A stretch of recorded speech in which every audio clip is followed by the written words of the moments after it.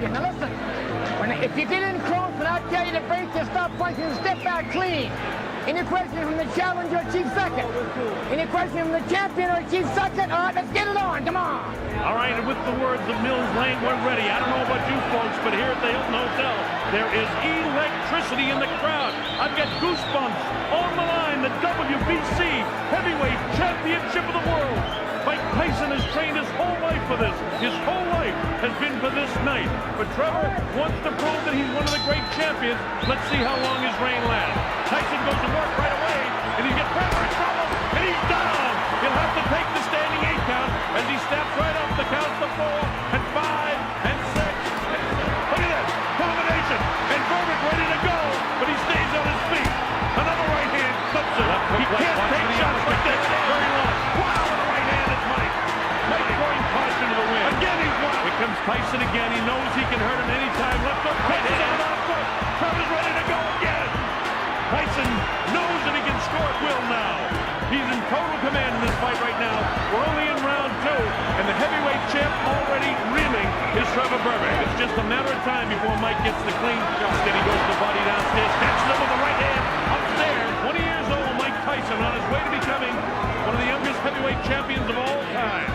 Bangs the body. Wow, that uppercut is Tyson. Catches him with the right left hook, and he went down.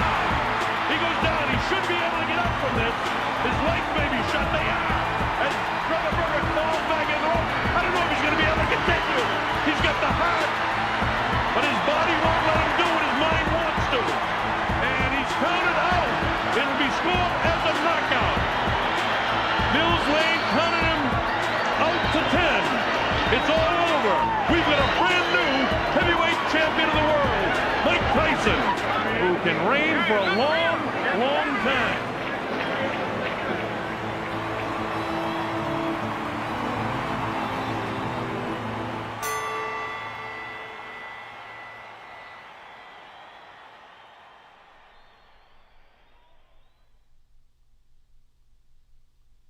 The first question we ask is, who am I? The first question we ask, language. Who am I? The makeup of the mind, multiple voices. Voices fighting each other. Word. The makeup of the mind, madness, chaos. Who am I? Heavyweight champion of the world. Voices fighting each other. Madness.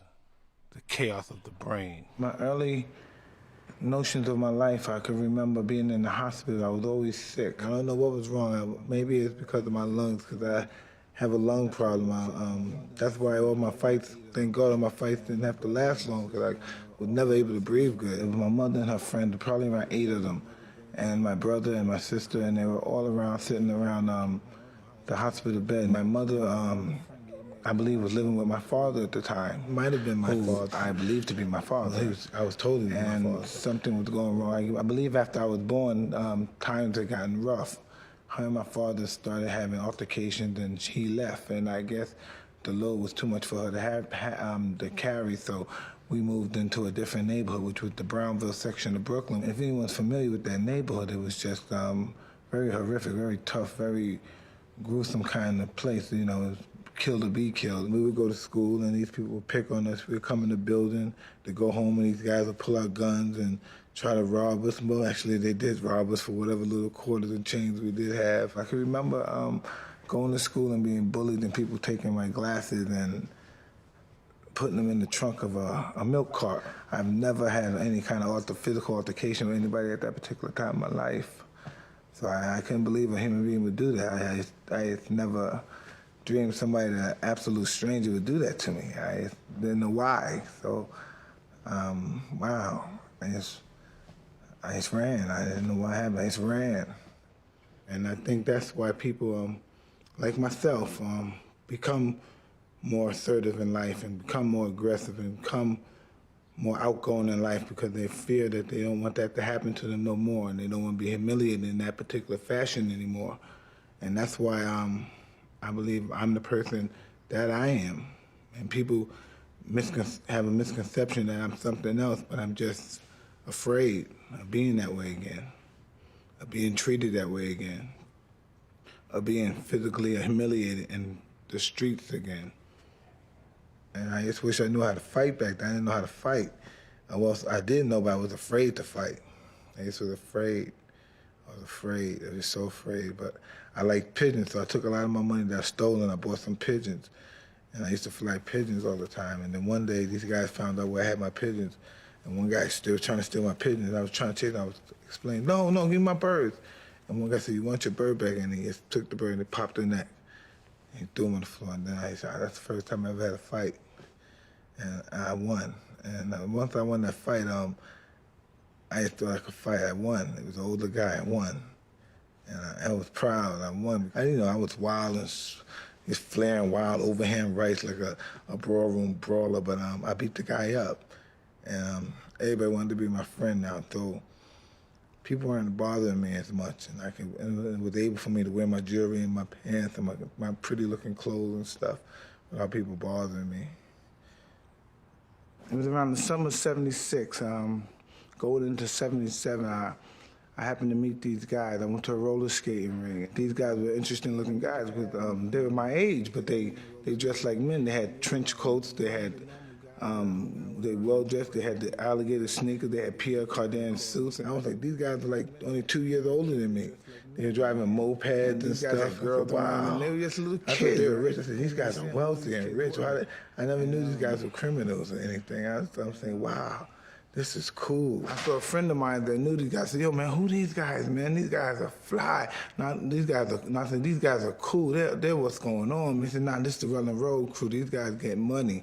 And I said, what you mean? They make money. They're hustling. And I said, really? And then I got to know these guys, and these guys would, they were breaking houses. And I was younger than them, but they were like 13, 14, but I was bigger because I was always fat. I was a fat kid. They were the marijuana and the cocaine spots.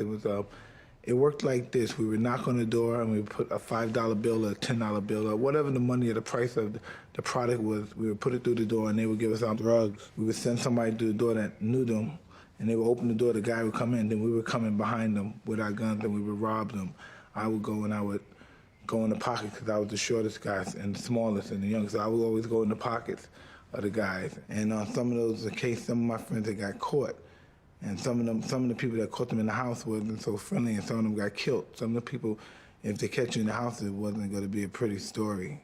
Some of them went to jail, some of them got killed, and some of them got beat up badly.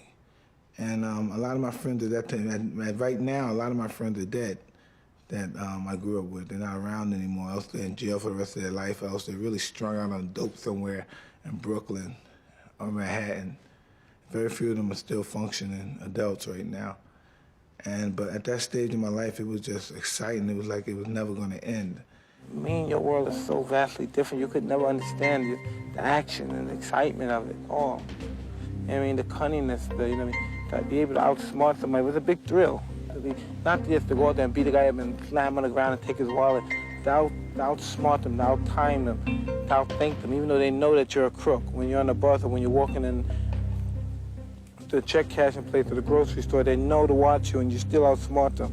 Like most people would think, well, she knows me, she's on to me, I'm gonna walk away. But just to still watch them, they think they know, and then they make one mistake and you outsmart them and they have their wallet. I got arrested one day. It was a gentleman that lived in the Bedford-Stuyvesant section of Brooklyn that I knew him. He had did something to this woman, a prostitute. He had snatched a bag or something, and I was talking to him. But she knew it was him, but she thought I did it because I was with him. And she took her hot chocolate and poured it right in my face. And as soon as she did that, the cop had grabbed me and threw me in the car, and I had all my skin that fell off my face. And I had nothing to do. It's not that I was an angel or anything. I had already had money in my pocket, and so when they went in my pocket and checked my pocket, I had $1,500. I'm 12 years old with $1,500 in my pocket. There was no way I could claim the money, so I went straight to Spofford Juvenile Center. And in Spofford Juvenile Center, I was nervous, I was scared. It was the first time I was ever arrested, and I was 12 years old. So I went there, I saw all my friends that I haven't seen in years. They were here, they were locked up there, and it was like being away from home. It was like a class reunion. The guys I haven't seen in months, and I saw them there, and then I was no longer intimidated. And I started going there on an often basis, probably twice a month, once a month, 3 times a year, and eventually they sent me upstate. I went to Tryon Detention for Boys, upstate New York. I met a gentleman by the name of Bobby Stewart. His name was Irish Bobby Stewart that he fought under. I would see guys on Saturdays or Fridays, they would go and box with him and relieve tension.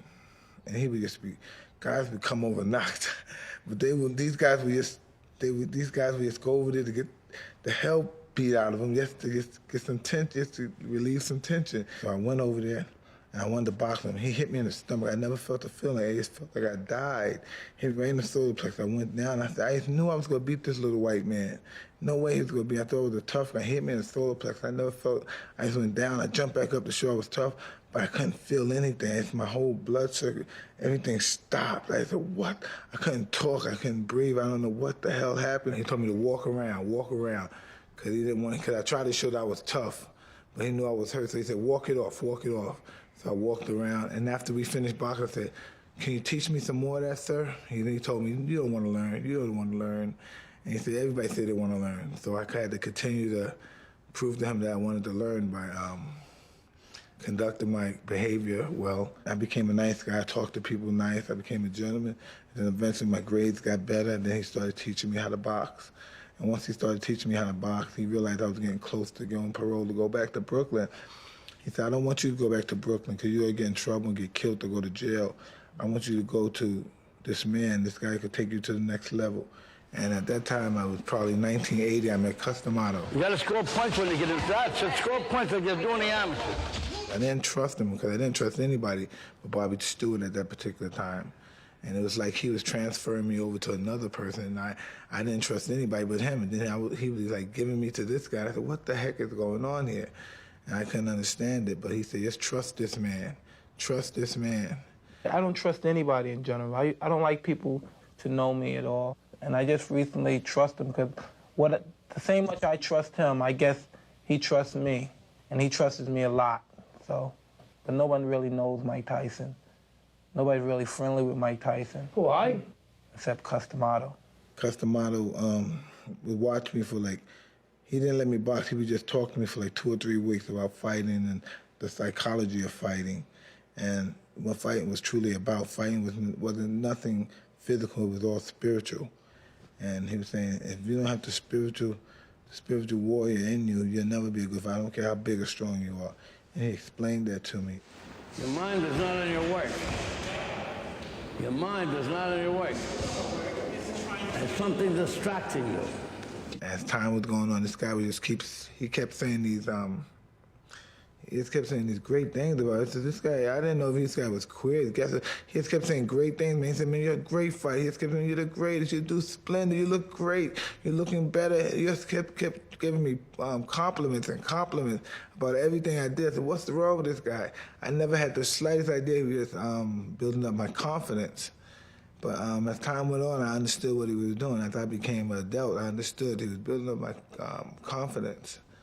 And we started fighting. I had my first amateur fight, and I was so scared of my first amateur fight. I went downstairs and said, I'm going to go to the store. It was in the Bronx, New York. I said, I'm going to the store to my trainer. And I went downstairs, and I said, man, I should get on this train and just never come back. I wanted to get on the train and just leave. I was so scared. I didn't want to fight anybody. It's just such a different dynamic than fighting somebody in the ring than it is fighting somebody in the street. And I never thought I could fight somebody. Even after all the training, I was, just totally intimidated fighting somebody in the ring. But I put myself together with the discipline I learned from Cuss, and I went in the ring and I scored a 3rd round knockout.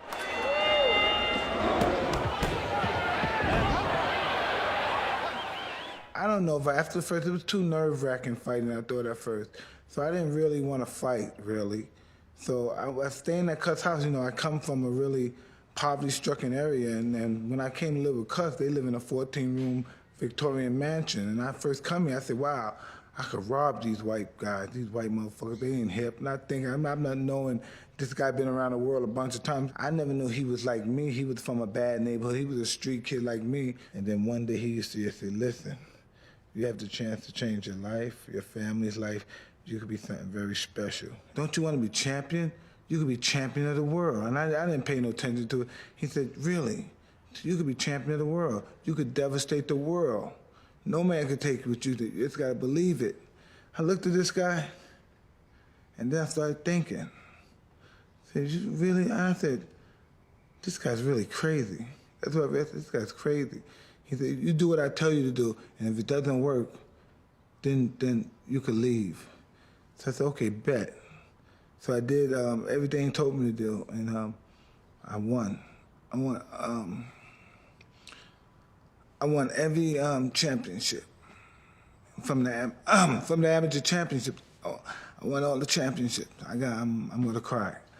So I won every championship that he told me because he told me what to do. And I started believing in this old man. I stopped being a little thief. I used to go back to New York and rob people and then come back upstate and hide out. Then I stopped doing all that. I changed my whole life. I said, I'm gonna stick to this boxing shit. That's it, there you go. Now you got, again. Who's the last guy to stop? Time, very good, that's right. I turned my whole life over to boxing. I turned into a complete animal. I turned into a disciplinarian. This guy had me clean my room. He had me just, this guy brainwashed me so much that if he told me to bite, I bite. If he told me anything, I was like his dog. He broke me down. He broke me down and rebuilt me. I was just like a total different person. Mostly it just changed my life because he helped me to deal with people. I know how to deal with people now. Before, I couldn't talk to people.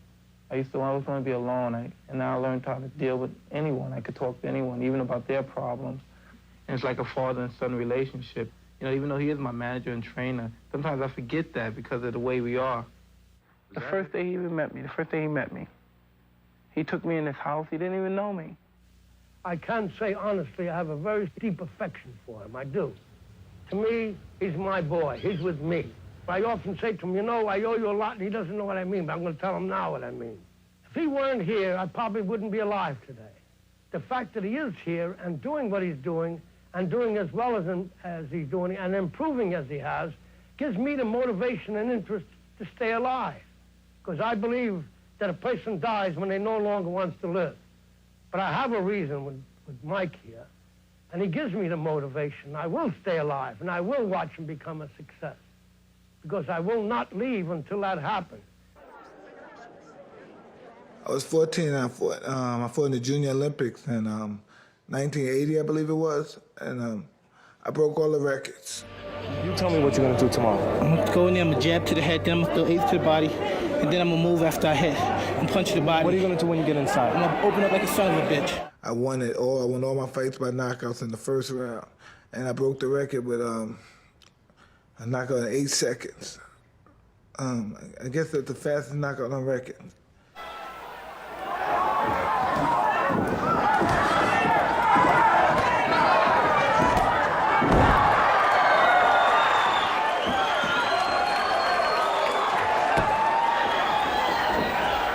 How you doing, Coach? Right on the chin. I'm going home and relax on because I don't want my head to swell any more than it is. Okay.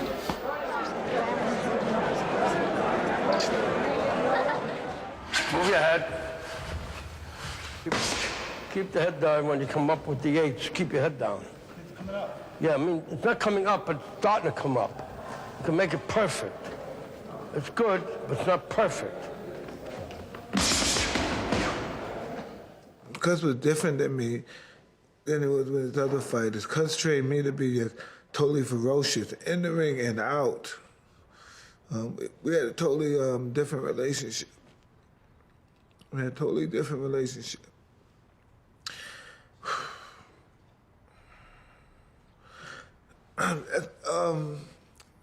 That's why once I got involved with Cuz, I was a young boy, but once he spoke with me every night about discipline and character, I knew nobody physically was gonna ever fuck with me again.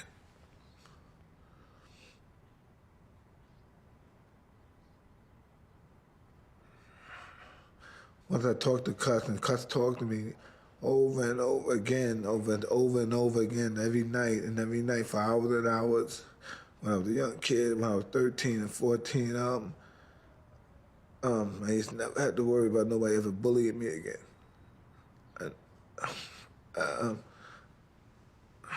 I knew that would never happen again.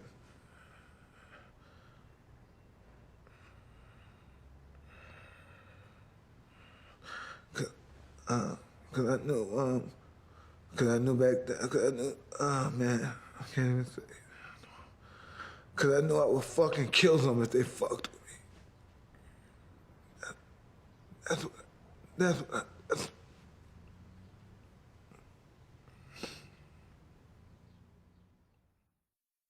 I deal with a huge inferiority complex. As a little boy, I was fat and everybody picked on me. So now, I never back down from a fight. So when people, a person could say some infantile thing like, you're stupid or you got your ass kicked in a fight, and I will strike them. I'm not somebody that will walk away from a street fight. I would provoke a fight with them. I won't start one, but I won't walk away from one either. In a fight in the streets, not like the ring, it has to be almost to the death because you never know. If you don't knock them out cold or you don't beat them half to death, he'll go home and come back with a gun or come back with a friend with a gun or a gang of people. So normally a fight in the street is normally deadly.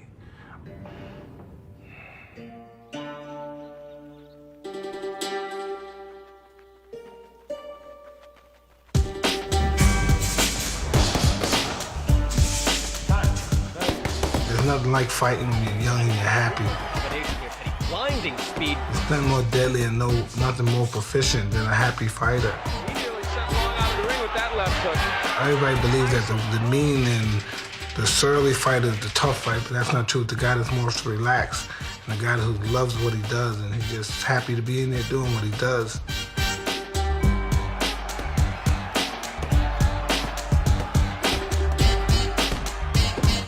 I was never really a big heavyweight. When I was in my prime, I never weighed over 217, 219. But me and my trainer, Custom Model, we always put a great deal of emphasis on our speed and combinations. He always told me speed kills. Speed is what kills. The speed kills. It's 27. Oh, wow. Here it comes.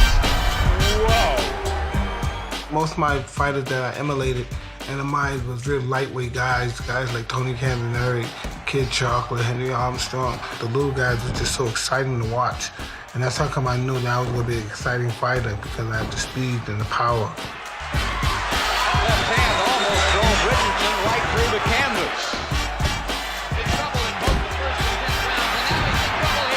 in trouble here. Hey, how you doing, my man? All right. You gonna be the next champ or what?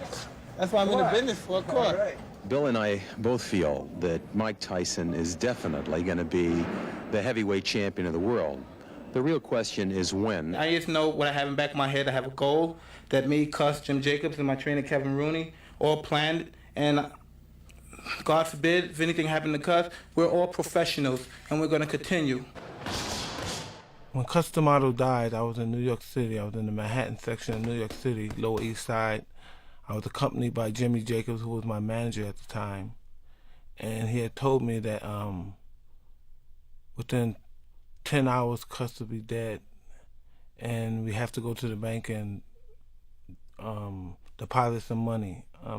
It was some money that I had made for my fight, a few $100,000, and he had said, we have to deposit some money. So we went to the bank, and I was at the bank depositing money, and I was just crying, just crying out, just crying and crying and crying. And the lady at the bank was, I was hysterical. The lady at the bank had asked, what is wrong? Is everything all right? And Jim Jacobs had explained that we had lost a good friend of ours had died, or will be dying shortly. And he's handling it very rough. And I was just very hysterical. And Jim Jacobs was cool as ice, nothing fazed him. But to me, it was like I lost my whole life. I didn't know where to go from there. I can remember being at Custom Model's funeral. I was a pallbearer there. You know, I was very proud to be a pallbearer for him. And I was just 19 years old. I didn't know what to do with my life. There was news cameras there, there were reporters there. And I was just saying, I don't have my friend no more. I was very scared. I felt very vulnerable. I felt lonely. I just felt naked to the world. I just felt like a very vulnerable young boy.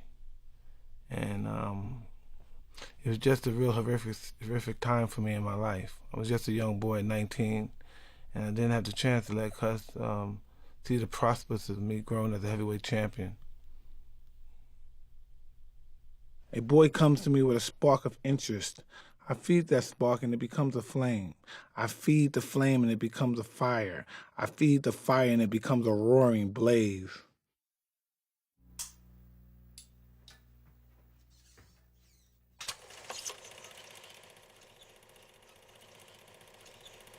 This is the moment Lewis has been waiting for. With smashing lefts and rights to the jaw and belly, he's out to win it here in round one. Every ounce of strength he has in those punches, he moves in to finish the challenger. Being a young boy and living in Catskill, New York, I was able to watch as many fight films as possible, because there was a big fight collection up there, and it was just wonderful watching those fighters. I know every move they have. I know everything they do. I know I kind of studied them for years and years as a little boy. From 13 years old to 21, I studied them. I watched them every night. A couple of times a night, I watched them. I know every punch they throw. I know everything they do. Hi there, folks. This is Jim Stevenson taking you back to September 22nd, 1927. Soldiers Field, Chicago.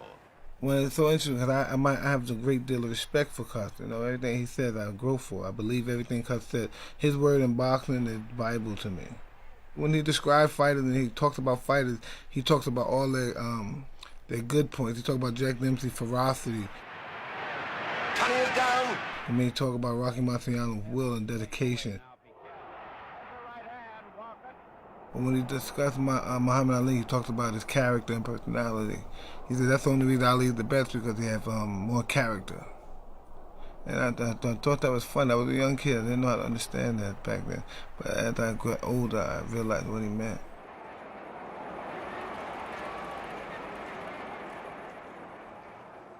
I never really had an image of myself. I really read about a lot of people who I believe were great men, and I took qualities from them. And I said, well, in order to be a great man, you have to be this way and that way and this way. I didn't know these were great men that had bad qualities. And I used to read a lot of times, read about Errol Flynn, I read about Jack Johnson, all these, Jack Dempsey. You read about all these great people, and what you read about them and what they all have in common with their conquest over great women and famous women, or whatever it may be. So I always thought, like, in order to be a great figure, you have to have these women in your life, and most women you conquer, the greater figure you may be. I never knew that conquering so many women takes so much from you, more than gives too much, more than adds so much to you. I was intrigued with sex because I've been in a household where my mother was promiscuous and her friends was very promiscuous. The whole neighborhood I come from is very promiscuous. You hear people talking, suck my dick, suck my pussy, so it's a very promiscuous environment. I wanted to be a guy that had a lot of girls. That was my main objective. But in order to be that guy, I had to restrain myself. I always read that the great fighters never had sex before fights. And I was a young kid, and I wanted to be the youngest heavyweight champion in the world. So I restrained myself from sex for around 5 years. I think the best thing in life is to abstain from sex. After abstaining from sex and then having sex, I think that's the best feeling in the world, after abstaining from it. I've always been interested in women. I'm drawn to them. They have a magnetic force towards me. I've always been intrigued by them. And when I see one, I always have a knack to talk to them. I love talking. It's monologue, talking, and sometimes it's difficult because that's why I like companions. I like talking. I love conversation. I like talking to one another. One day I was at a party. It was a beautiful party. It was on Fifth Avenue around 1990. It was incredible. It was a great party. I went to this party and there was just such a beautiful woman, a luminary crowd of people in there, and I was just impressed. And there was this model there that was just looking this incredible, man. I'd never seen a woman look so exquisite. And for some bizarre reason, she started talking to me as if she knew me. I didn't know her at all, but I knew she knew who I was, but she was intrigued with me. And it was so bizarre. She went to the bathroom, and I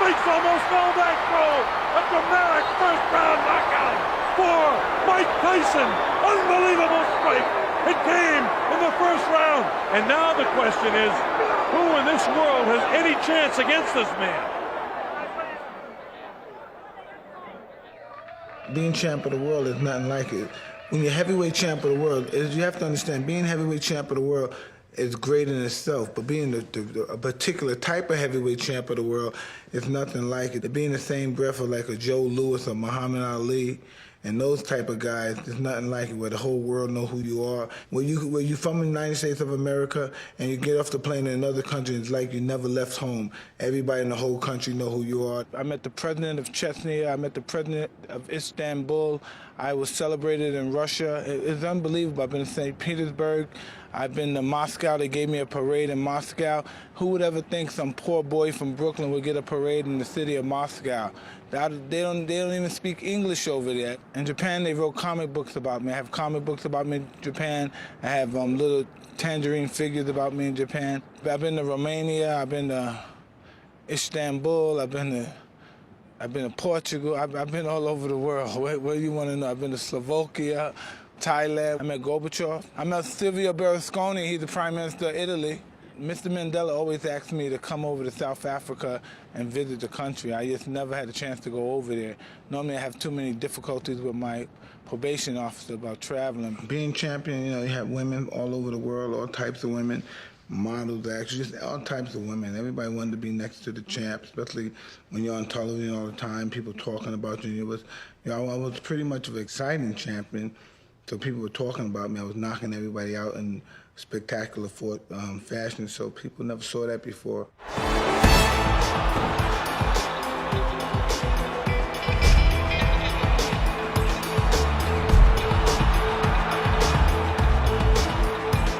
My mission is to go and destroy and not to let anything get involved. You get punched, you get hurt. I refuse to be hurt, knocked down, and knocked out.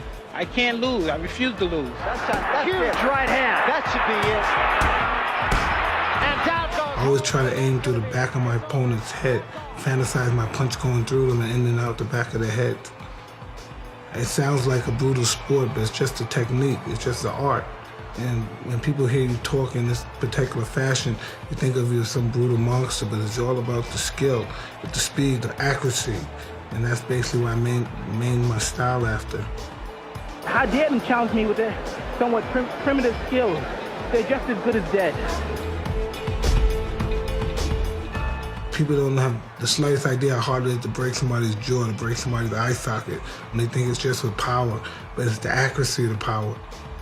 When every punch is thrown with bad intention, with the speed of a devil. Actually, he was crying in there, making woman gestures like,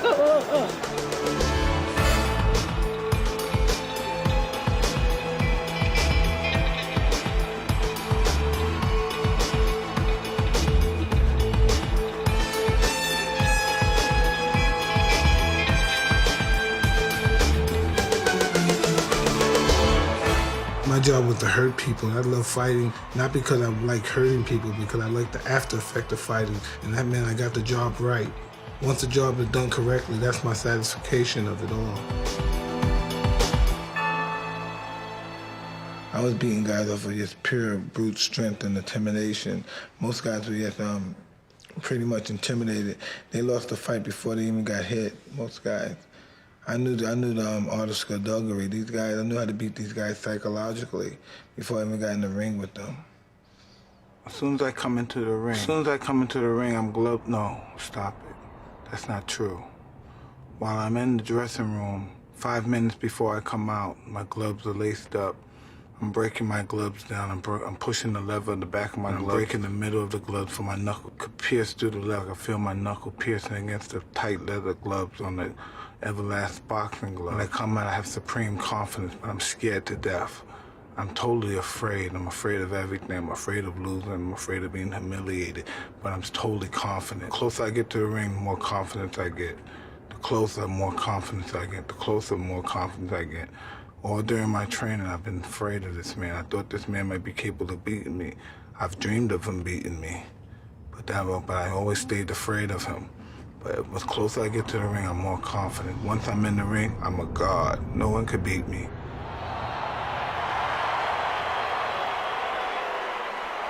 I walk around the ring, but I never take my eyes off my opponent. I keep my eyes on him, even if he's ready and pumping. He can't wait to get his hands on me as well.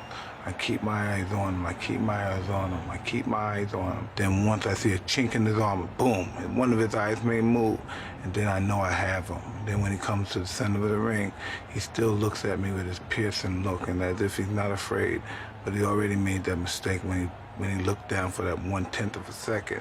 I know I had him. He'll fight hard for the first 2 or 3 rounds, but I know I already broke his spirit. During the fight, I'm supremely confident. I'm moving my head, he's throwing punches. I'm making him miss and I'm countering. I'm hitting him to the body, I'm punching him real hard. And I'm punching, and when I'm punching him, I know he's not able to take my punches. 1, 2, 3 punches. I'm throwing him punches and bunches. He goes down, he's out. I'm victorious. Mike Tyson, greatest fighter ever lived.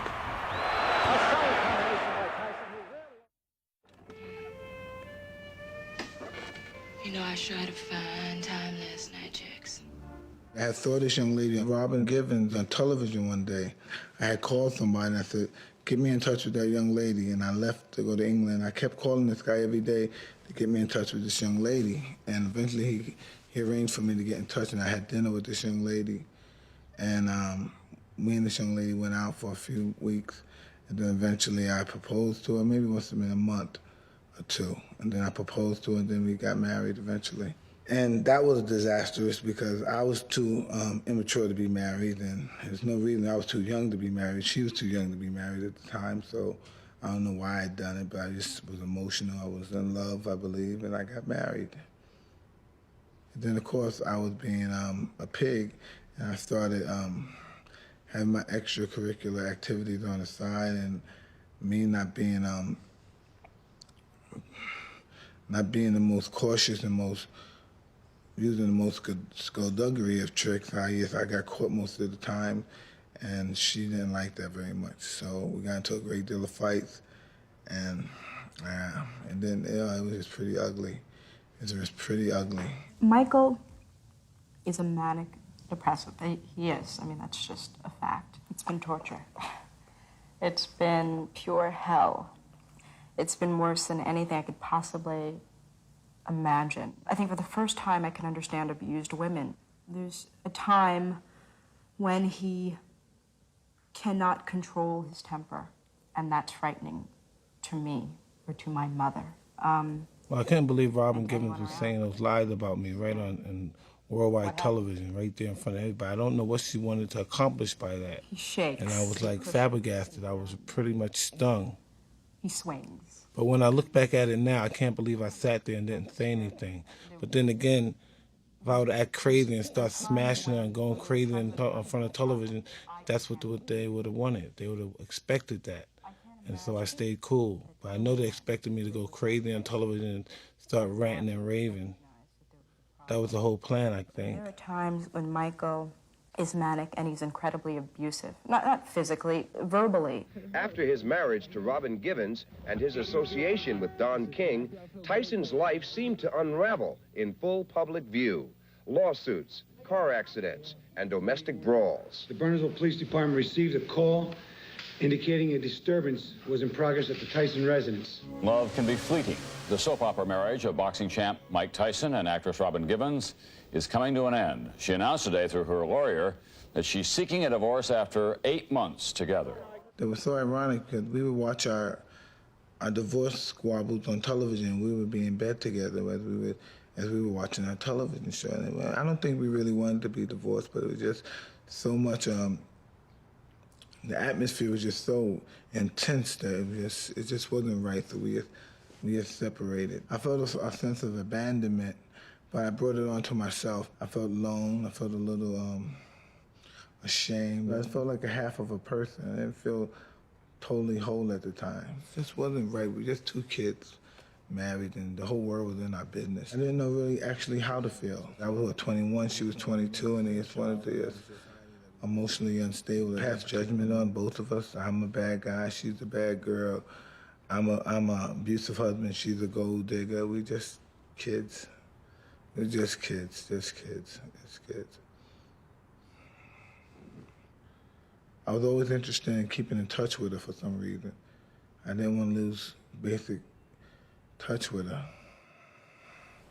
What I wanted in a woman is protection, loyalty, companionship, loyalty, friendship, companionship, ferociousness. I wanted her to protect me and have my back to the bitter end. If I have a fight, I want her to jump in, even if I'm winning, even if she's 90 pounds. I like strong women, not necessarily a masculine woman, but I like strong women. I like say a woman that runs a CEO corporation. I like a strong woman with confidence, massive confidence, and then I want to dominate her sexually. I like to watch her, like a tiger watches their prey after they wound them. I want her to remember me. I want her in a bizarre way. I want her to love me and watch them and just watch them. I want her to keep her distance for at least 20 to 30 minutes before I devour them and take them to the point of ecstasy. I love saying no all the time when I'm making love. I love saying no. When they ask for something, I say no. What I want is extreme, always no. Normally what they want is not as extreme as what I want, always no. So I may give them a little, but they have to give me a lot. Whatever they want, turn me around, no. I don't like being loved, I like loving. I don't feel like being loved, I don't like love. I have too much love to give and none to accept. And I turn around when I want to turn around, no. That's what I want to ravish them completely. After my divorce from Robin, basically I lost a lot of desire in my fighting and stuff. I didn't handle it well. I had a few fights with lesser opponents and I was successful. And then it led basically to the Buster Douglas fight, which shouldn't have been a hard fight. I had beaten 3 guys prior to Buster Douglas that were better fighters than Buster Douglas without training hard. No matter of fact, it was 4 fighters. One of them had, I believe, knocked Buster Douglas out, which was Tony Tucker, without training hard at all, basically for the fights. And so I didn't take Buster seriously. So I went to Japan and I was hanging out with a lot of women, had women in my room, not taking the fight seriously, not training hard. Matter of fact, I was training and my sparring partners dropped me. That's how seriously I was training. Here we go with round number 9. Now let's see if Mike can sustain it. And he's got the adrenaline flow going. He wants to end this thing now. The 9th round of a fight we never expected to be this far. So no matter what happens, we give a lot of credit to Buster Douglas for making this a big, big fight. Tyson trying to end it with one big shot again. He's down, he comes with the uppercut. Come on, brother, Buster's throwing shots back. Look at this. Buster is not ready to pack it in. Look at this. Look at Buster coming back. Did he buckle the legs of Mike? I don't know, we got him again. Buster fights back strongly, landing some big shots. And now he can't get careless. Look at this. Who would ever have expected this? In a round and not Buster would back it in. He comes back, showing the heart, the tremendous heart that we've seen sometimes in Lackey and others. Tonight, Buster's got the heart back. Wow! Mike now is the one that's hanging on the ropes. See Mike the way he went back in his heels, doesn't have the good balance. His legs together as Buster's landing these. Oh, nice uppercut by Buster Douglas. Look at this! He's knocked Mike Tyson down for the first time in his career. Mike Tyson hits the canvas. He's in big trouble. He may not be able to recover. It's up to 7 and 8. He's not gonna make it. Unbelievable! Unbelievable! Buster Douglas is the new heavyweight champion of the world. This has got to be, if not the, one of the biggest upsets in the history of boxing. Buster Douglas, the new, undisputed heavyweight champion of the world. I just felt miserable at that night. That night, I should have trained hard. I couldn't blame anybody but myself. You know, I couldn't blame Buster. Buster trained wonderful and fought wonderful as well. But I just had a rough night that night. I lost that belief in myself. Once Cuss died, once I went through my divorce, I lost that belief in myself. I didn't lost that. I was that way when I was a kid. I used to love to hear that from Cuss, to refuse to lose, and all these great quotes and poems. And I just lost that. I just lost that when I lost my mentor, I lost my friends. All that stuff died when they died.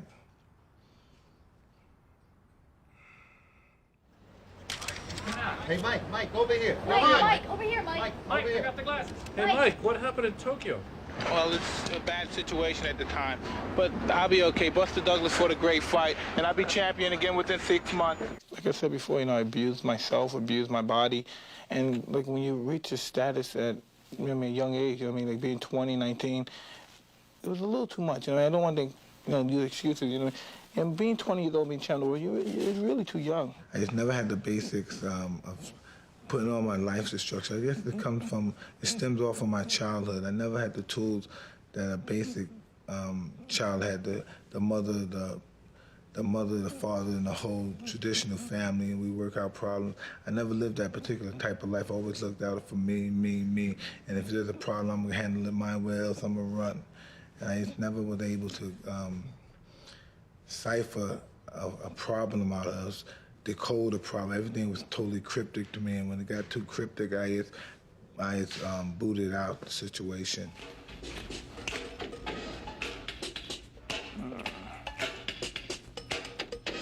Oh, I'm in a dream day after day. Beautiful women, such an array. What can I say? Yeah, definitely, that sounds better. I can tell you that there has been a rape incident report made, and it's my understanding that Mr. Mike Tyson has been alleged to have committed the crime.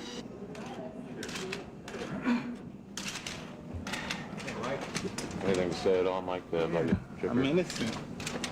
How you doing, Mr. Charles? All right. When I was falsely accused of raping that wretched swine of a woman, Desiree Washington, it was the most horrible time of my life. It was the most heinous day of my life because I go into prison, I lost my humanity. I lost my reputation. I lost everything that I worked so hard for. To say that I was conducting myself as a little brat that time and being promiscuous with the women, I've done no such thing as took that woman's chastity at all. I have to be honest, I'm a jerk sometimes, and I say things that sometimes crass and coarse, but I would never do nothing to that extent. And whatever I did, I may have took advantage of women before, but I never took advantage of her. I don't know what to say about that situation. It just basically took the whole life out of me in that situation. I never again trusted anyone, not even myself around certain people. It just took a lot of confidence from me as far as me being with a woman and getting married. I never even trust my wife because of my situation with that rape conviction. And it's just, I'm brooded over my head for so many years that I've never been able to let it go. It really bothers me to this day. And I don't know how I'm going to get that over my head. I know people, all my friends say, let that die, but they're not the one that has to deal with it. That's the hard pillow to sleep with. By going to prison, I lost my faith of trust in God. I became a Muslim in prison, but I really lost my faith in myself. I became almost like unhuman. I've seen things that really I couldn't understand one human being doing to another. For example, many times I've seen people come down, especially medication or police guards, they come to give medication, the guard comes with them. The guard may have been one of the guards that locked the guy up and put him, and all of a sudden a pile of shit comes and smash him right in the face. A pile of shit comes out and smash you in your face. A pile of piss comes out and smash you in the face. These guys pick up their own feces and hit somebody with it. People just might start, all of a sudden it might be a race war. Else one day the kids that work in the kitchen workers might make some homemade hooch and get drunk and just start a riot all of a sudden. Else one day somebody may come back and throw some gasoline and try to light it in your cell and burn you up. Or you might be a lady guard and somebody grab you and throw you in the bathroom and rape you. You know what I mean? So many things that happen in prison. It's just you can't believe it's happening. These people don't care. They got 40 years, 100 years. These people don't care what they do. You can't give them any more time than they already have. So these people, you're walking on a thin rope messing with these kind of people. These people are borderline sociopaths. These people need to be in hospitals more than prison, so to speak. Trust me, I'm not trying to play a tough guy at all. I don't want any trouble. I have 3 years. I don't want no trouble with no one. In Reading Jail by Reading Town, there is a pit of shame, and in it lies a wretched man, eaten by teeth of flame. In a burning, winding sheet he lies, and his grave has got no name. And there, till Christ calls forth the dead, in silence let him lie. No need to waste the foolish tear, or heed the windy sigh. The man had killed the thing he loved, and so he had to die. And each man kills the thing he loves. By each let this be heard. Some do it with a flattering look. Some do it with a word. The coward does it with a kiss. The brave man with a sword. Well, you know, I've been to the hole quite a few times, and being in the hole is just, it's insane in itself. I'm in there 24 hours a day, 23 hours a day with the light on. People treat you horrible there. You never get the light turned off, and they take your blanket, and you sleep in the concrete. You're subject to strip search randomly. You never know when they're going to come and search your room and make you strip. Death is to be welcome. At that particular time, listen, man, you feel like you're dead because when you're in prison, that's the closest thing to death. But it comes a time you stay there so long, you become so used to being by yourself that it's you're used to talking with yourself. You become your own best friend and your own best company. Everybody's gone. No one calls you. Visits become shorter and shorter. And I know that I'm going insane and I'm crazy for being here, but it's the only sanity that I know. It's the insanity. That's the sanity that I know. Multiple voices. I know it sounds so contradicting, but it's the life that I know in that particular time and situation. The sanity is my only my insanity is my only sanity. The debt is paid. The prison term over. 3 years ago tomorrow, Mike Tyson entered an Indiana penitentiary, having been convicted of rape and deviant sexual misconduct. On this day of his exit, the people around him were the same as ever. But something inside Tyson may have changed.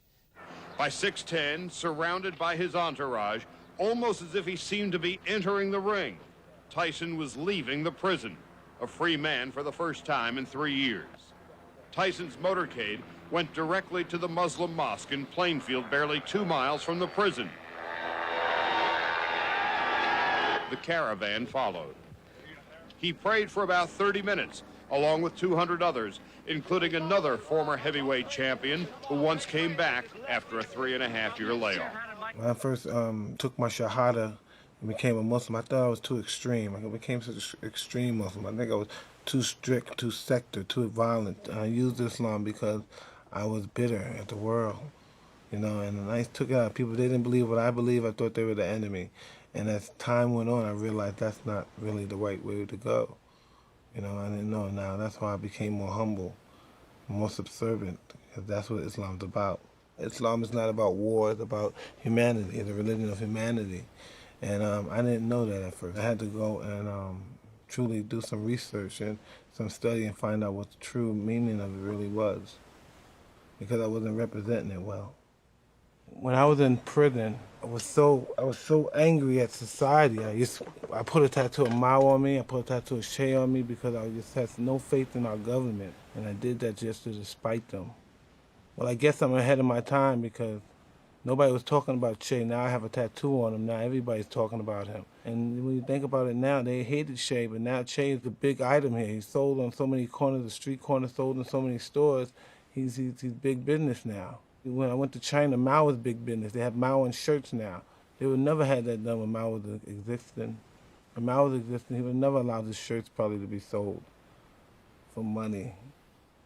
A friend of mine, Victor Paradox in Las Vegas, I had told him 2 months earlier that I was looking for a tattoo on my face. At first I was going to put a bunch of hearts on my face.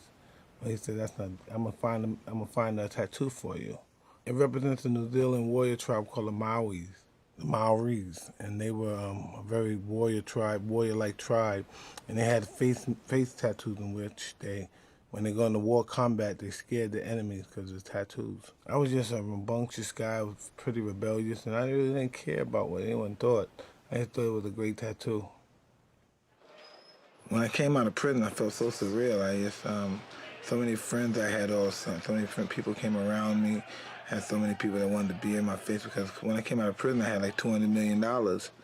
And I had so many friends. It was the same thing. It's as if it never ended. When I first went in, everybody's around Mike. Mike's the man. But I had a different frame of mind. I was afraid of everybody. I wasn't accustomed. I thought people would set me up. I just had a different mind frame. I was scared of everybody and everyone. Well, I didn't necessarily feel like an animal. I just felt like a afraid human being, that everybody was against me. That's really what I felt like. When I came out of prison, I felt like everyone was against me.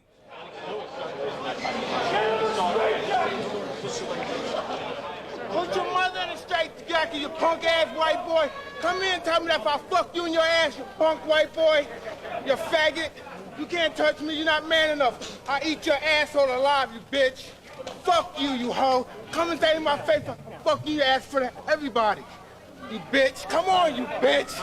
You're scared coward. You not man enough to fuck with me. You can't last 2 minutes in my world, bitch. Look at you scared now, you hoe. Scared like a little white pussy. Scared of the real man. I'll fuck you till you love me, faggot. When I was paranoid that everybody was gonna hurt me. Actually, when I was with my girlfriend, we was in bed, and the fact that she was in bed, I woke up and looked at her and grabbed her. For some reason, I thought she was a man in bed with me, trying to hurt me, and somebody came into bed and tried to stab me, and I was just so scared.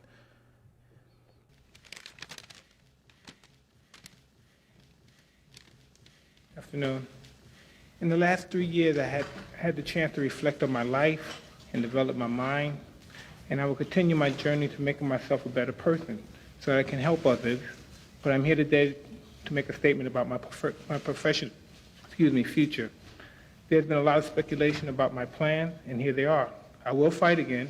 Well, when I was in prison, I was just so depressed because I was hearing the news who was winning the heavyweight championship. It was going around, it was being passed around like a volleyball, and I was so desperately discouraged about not ever being out to fight again.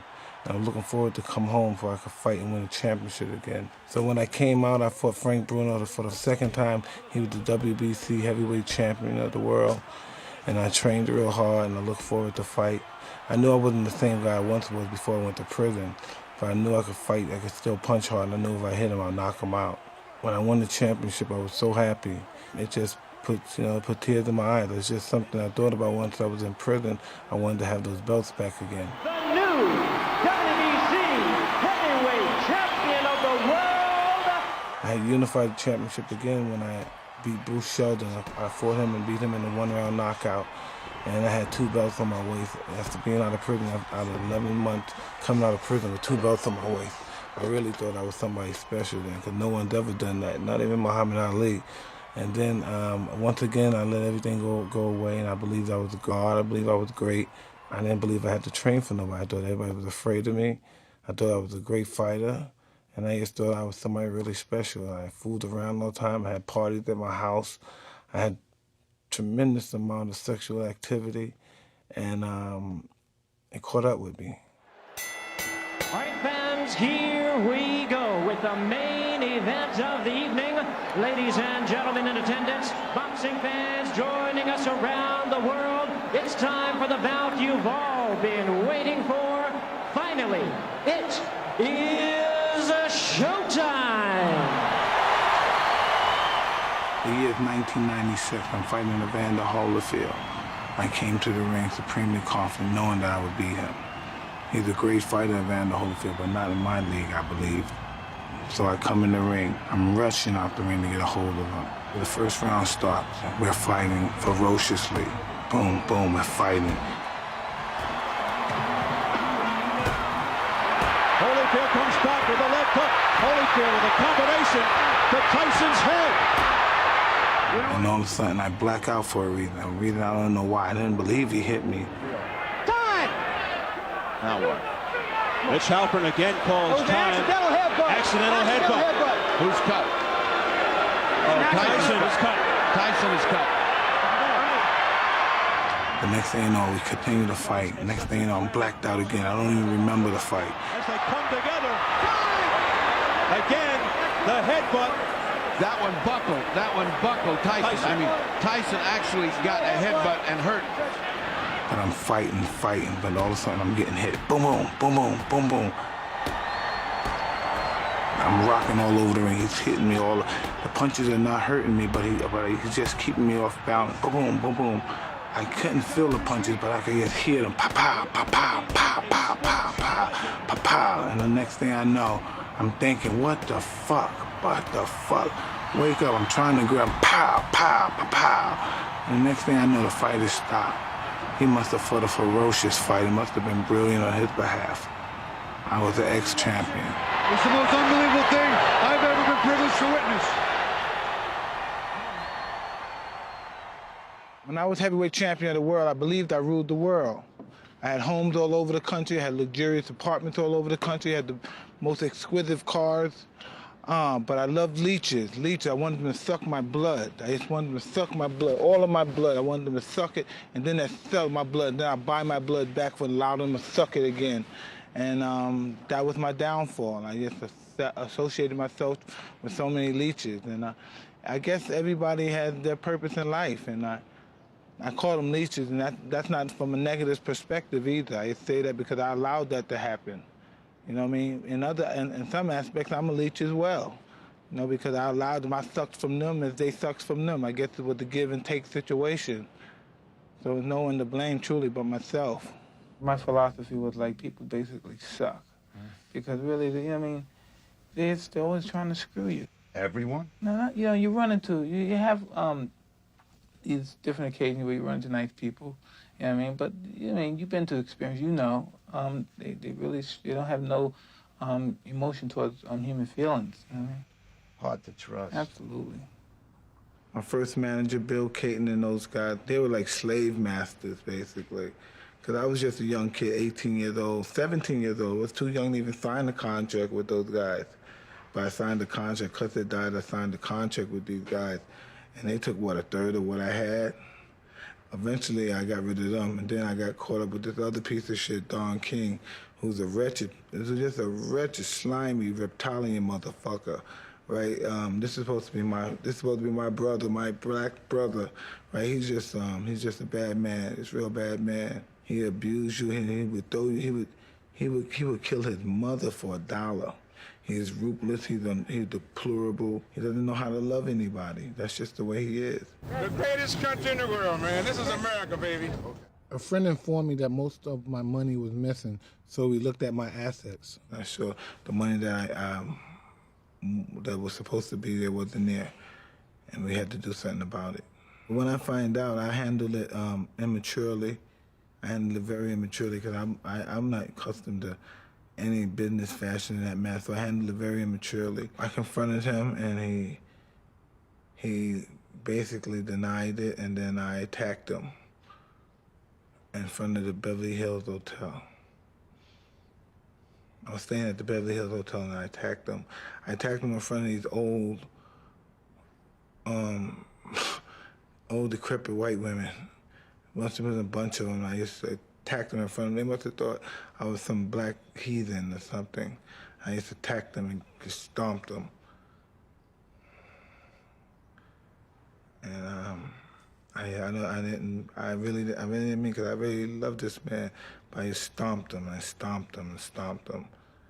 And I don't know. I guess I blacked out at that moment. And then we went through some, you know, of course we got to go through this court bullshit, and then I received what? I received 10. Well, no, what was it? 20 million? I received some small amount of money from them. Probably, I don't know if it was 20 million, 30 million. I don't know what it was. It's a small amount of money. It doesn't really even matter. It just destroyed everything. It just really, it was really just a bad time in life.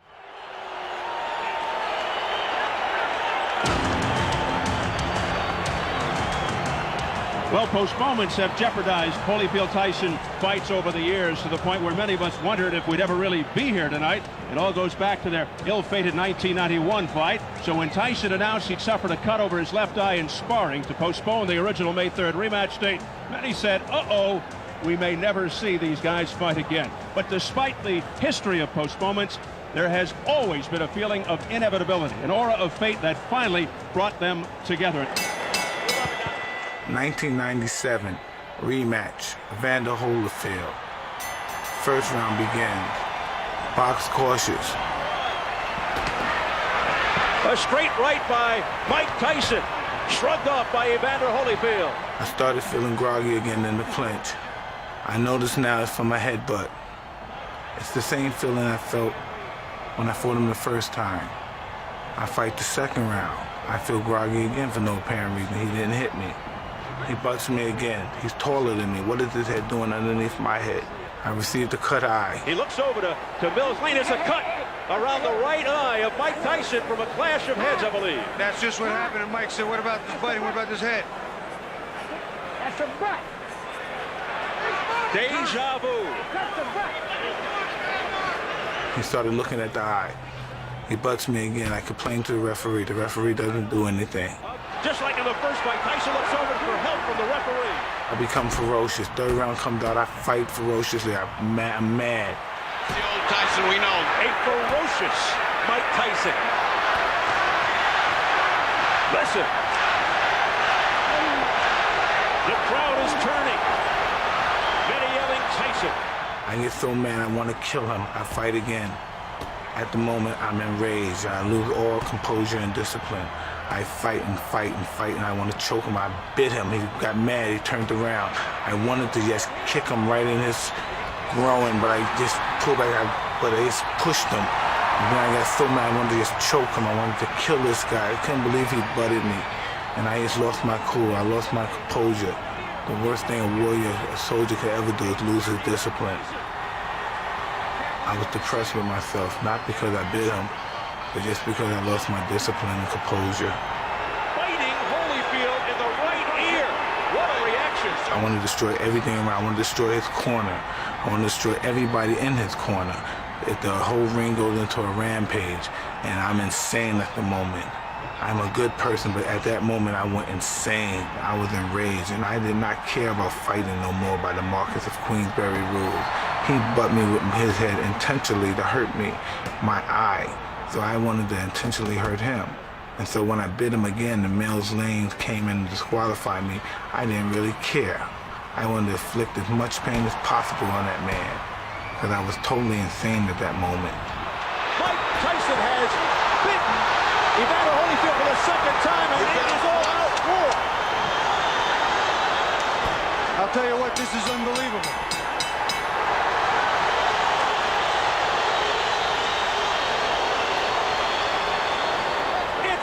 It's over. It's over. Mills Lane signaling that it's over. I think they've just about had enough. Tyson showing desperation in fighting Holyfield 2 times. Look out now. More fighting in the ring after the end of the fight. Tyson's trying to get at Holyfield again, I believe. It is complete bedlam, and Tyson is just taking swipes at anybody in front of him. It's a fiasco in the ring. People are jumping above us, trying to get in there. There's the security trying to hold Tyson back. I don't know what I'm thinking at that moment. At that moment, I'm very angry. I went to my house. I got high. After the fight, I went and got high at my house, and I just went to sleep. I smoked some weed, drank some liquor, and I went to sleep.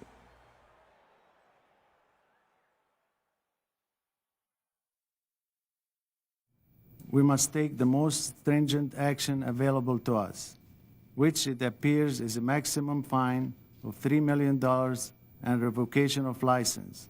I was bitter towards boxing, so I really didn't care anymore. It really hurt nobody but myself, but I was really bitter towards fighting. I had resentments towards the athletic commission, and I just didn't want to deal with it. I lost the desire to be champion. I wasn't interested in being champion anymore. I was thinking about getting some money. Heavyweight champion Lennox Lewis and Mike Tyson have circled each other for years. Fighting Lennox Lewis on June 8th, I got so much self-aggrandizement involved that I just didn't take it too serious. I'm the most brutal and vicious and most ruthless champion there's ever been. There's no one can stop me. Lennox is a conqueror. No, I'm Alexander. He's no Alexander. I'm the best ever. There's never been anybody as ruthless. I had to put on the act because no one could sell a fight better than Mike could. Because everybody's at every word that I say, and they want to see whatever I say come to reality. I want your heart. I want to eat his children. Praise be to Allah. When I finish this game, they'll never stop talking about me. And the only reason they stop talking about me is because I'm not a corporate man, so to speak. I didn't fit in with society standards. Poetically enough, the two fights are joined together, not at the hip, but at the teeth of Mike Tyson, who ended the first one by biting Evander Holyfield in the ring and almost ended this one by biting Lennox Lewis at a news conference. I was just walking up towards him, and I walked up kind of brazen and kind of hard, and I guess that intimidated him, so he threw a punch and the whole fiasco started. I used to have to reign. I have to reign tyrannical. I used to have to be the beast. I have to be the savage. You know what I mean? Just to put in place the erudites and the bourgeoisies and the people of this society that believe that I'm trash and I'm scum. I'll be trash and I'll be scum, but I'll be angelic trash and scum. You said you wanted more fights before this one, but now you're not having any. Are you psychologically and physically ready? Could you talk about that? Yeah, I'm great.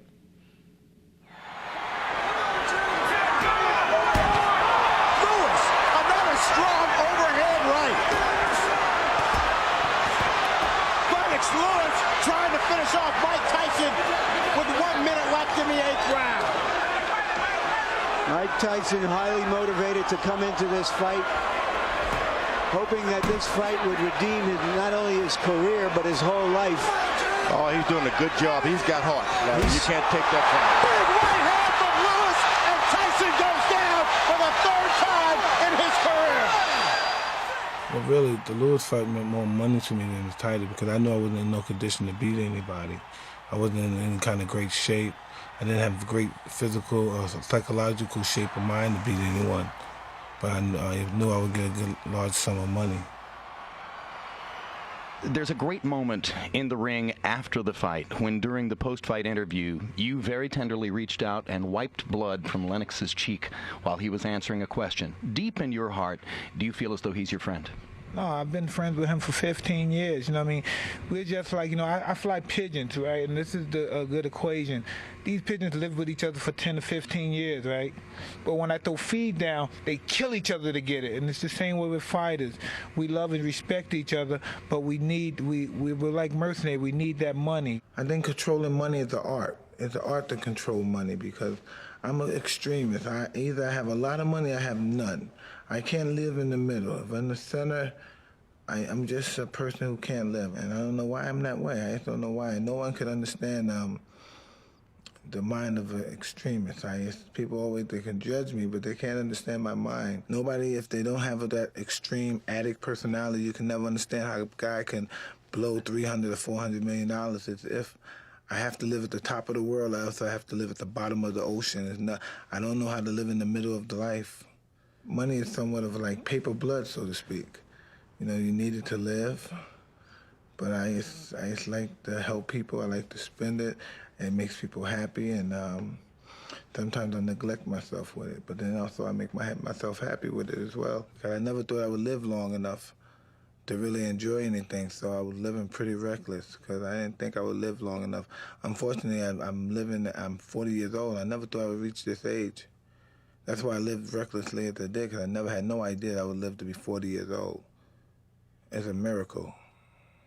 And I went through a great deal of money, and I don't have as much as I used to have. And it doesn't bother me as much because I never was a guy that was crazy about money, but I wish I was smarter. I just wish I was smarter. But, you know, old too soon, smart too late. And along the way, I became a very proud father of 6 kids.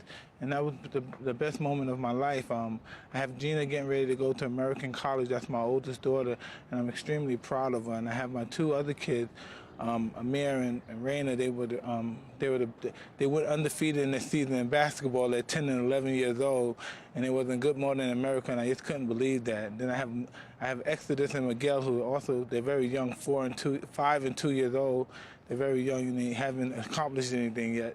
Then I have Mikkel, who's 16, who's going to school as well. And I'm just proud to be a happy father.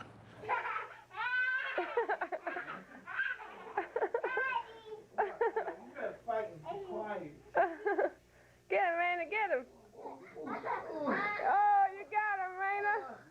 You got him. Oh, you knocked him out, Raina. You did it. And the champion of the world, Raina Iman Tyson. Put your hands up, Raina. All right. You won. met Monica perhaps 21 years ago. A mutual friend of ours introduced us to one another. We hooked up. I went to prison that year. She stuck by my side for the whole 3-year duration. We spent a great deal of time together. We eventually got married. She had a young daughter for me named Raina, and then later on she had another young son named Amir. And we were married for, I believe, 7 years, but I was gallivanting around with other strange women, hanging on the streets, never coming home, never being a family man. And eventually we became estranged with one another, and that led to a divorce. But despite all that, we remained good friends.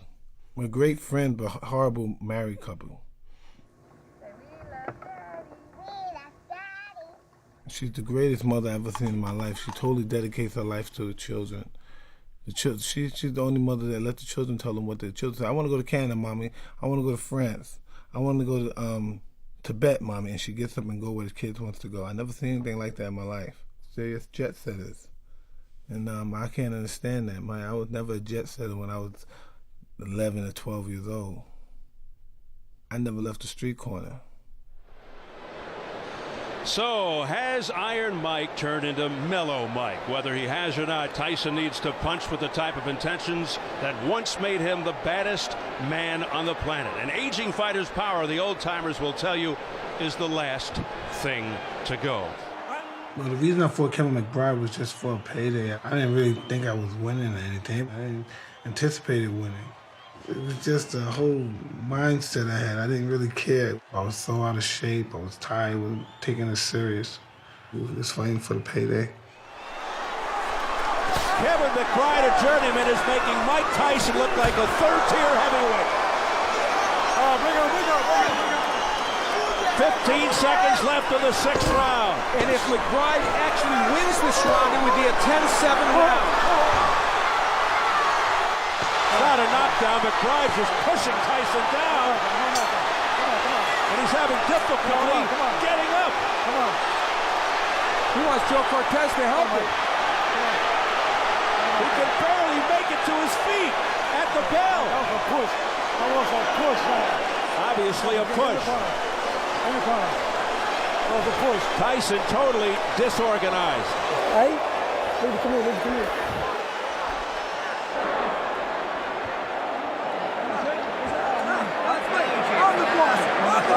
Enough, yes. Enough. It's over, Al. It's over. Kevin McBride is the winner. Mike Tyson quits on his stool. He's not coming out for the 7th round. It's all over. Kevin McBride has defeated Mike Tyson.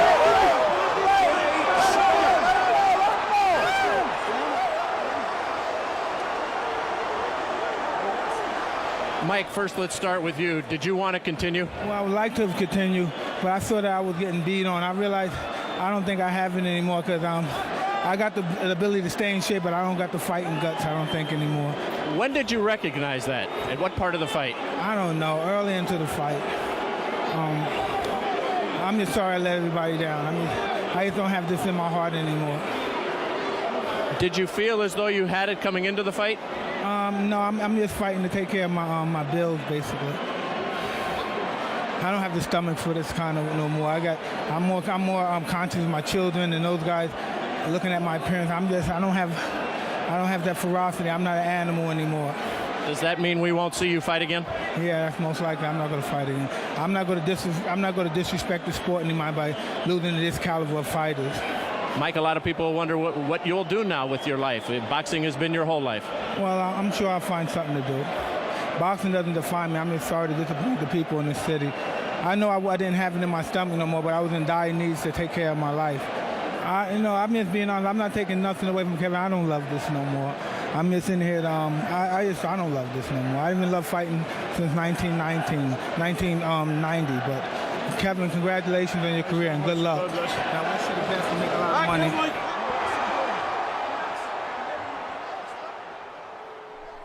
I'm just tired of fighting. Boxing has no place in my heart anymore. If I have any anger, If it's directed at anyone, it's directed at myself, because I'm disappointed with myself, because of things I should have known better, things I should have accomplished in my life, and things that I've done that I know was wrong towards the people I love most. In the past, when alcohol and drugs had got a hold of me, I was totally disrespectful. I was totally out of control. I had no respect for anybody. I had no respect for myself. I didn't care about people who loved me. I almost didn't care about my children. That's the only thing that kept me straight and made me just decided, yes, Mike, you have to check in. I became an addict out of depression, and I had to eventually go to this program because it left a great sting in my heart and a big emptiness. I had all these things in life, but none of them fulfilled that big hole that I had in my life. You know, nothing fulfilled that. So I noticed if if I could have all that and it hasn't fulfilled that hole I have, it's not going to do it. So it has to be something else that I'm looking for.